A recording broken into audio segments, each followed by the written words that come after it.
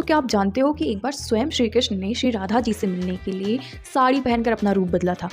राधे राधे, मैं हूँ कथानी और आज है हमारे भागवत रहस्य का डे 11। एंड बीइंग अ जिंजी मैं हमेशा से हमारे शास्त्रों और वेदों को लेकर के बहुत क्यूरियस रही हूँ और हमेशा से मुझे बहुत अच्छा लगता था इन हमारे शास्त्रों और वेदों को पढ़ना, उनके साथ लोगों को डिस्कस करना, लोगों से और नॉलेज गेन करना और उनके साथ इस नॉलेज को स्प्रेड करना। एंड बीइंग अ जिंजी मैंने ये एक छोटा सा इनिशिएटिव उठाया है। मैं हमारे इस दिव्य रहस्य को, हमारे वेदों और शास्त्रों को थोड़ा सा अपना टच देखना, जिंजी स्टाइल का टच दे करके आप सब लोगों तक पहुँचाऊंगी। And I hope you guys will love this and please support me in this journey. I hope you guys will love it and अगर मुझसे कोई गलती हो जाए तो प्लीज मुझे माफ कर दीजिएगा। तो भागवत के अनुसार सृष्टि की शुरुआत उसी परम सत्य से हुई थी जो सेल्फलेस है, सेल्फलेट है और पूरी तरह से इंडिपेंडेंट है।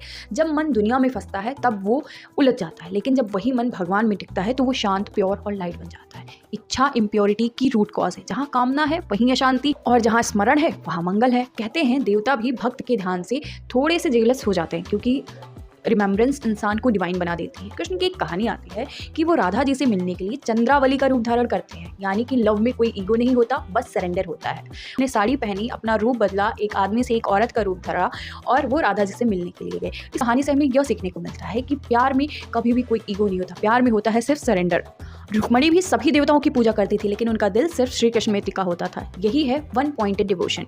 भागवत बताती है कि रूप कई हो सकते हैं लेकिन ट्रुथ हमेशा एक ही होता है। आप भगवान को किसी भी रूप में याद करो, माता दुर्गा के रूप में याद करो, भगवान शिव के रूप में याद करो, बजरंगबली के रूप में याद करो, राम जी के रूप में याद करो, किसी भी रूप में याद करो, जिस रूप से आप सबसे ज़्यादा कनेक्टेड फील करते हो।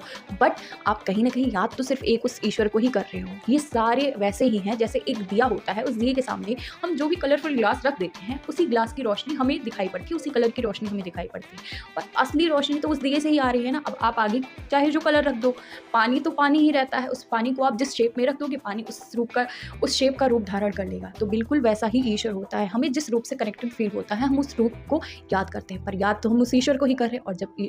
और जब मन ईश्वर में रम जाता है तभी हमारा मन स्थिर होता है, शांत होता है, काम होता है। हमारी एंजाइटी, डिप्रेशन, सारी चीज़ें धीरे धीरे कम होने लग जाती हैं। राधे राधे। इस वीडियो को लाइक करना और मुझे फॉलो करना मत